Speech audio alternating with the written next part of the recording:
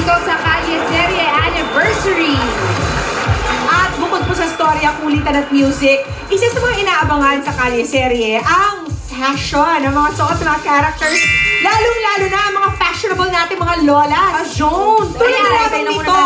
Eto, markadong-markado to sa akin dahil katabi ko ba si Lola nung nag-GMA contract signing. Ah, taray. Medyo nalaos nga ako sa kanya. Natauban Kasi grabe yung fashion niya that day. Ito naman sa kasal, nila Bossing at Poling. Ito yung suot ng mga lolas. Ginamit nila, formal na formal.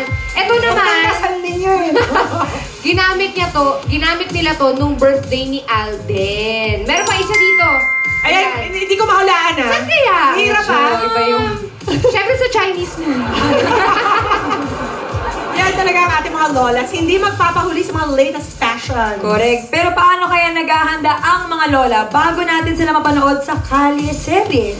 Ito, ngayon lang natin makikita paano nga ba maging sina Lola ni Dora at Tinidora. Panoorin natin to.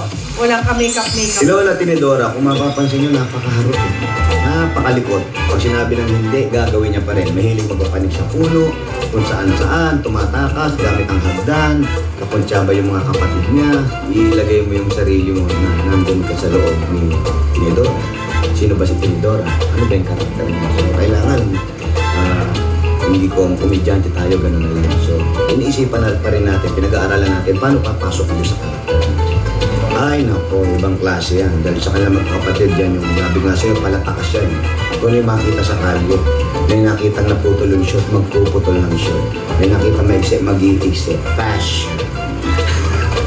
Mahirap kasi, mainit yung costume. Mahirap kasi, yung makeup. Masarap kasi nakikita kong maraming tao na at nagugustuhan yung ginagawa natin. Marami tayong natutulungan kahit paano sa ganung paraan na may naibibigay tayong lesson sa kanila.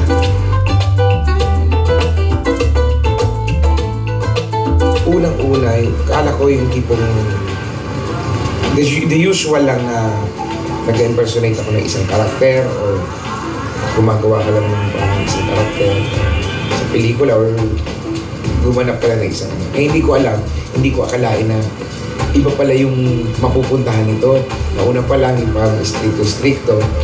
Lumawak yung karakter ng Lola hanggang sa nakarating pa kami sa tamang panahon. Hanggang yung Lola nasama pa sa commercial at nagkaroon ng commercial yung Lola. Masaya yung karakter na nagawa ko, Lola. Ito yung pinaka magandang experience na nangyari sa akin.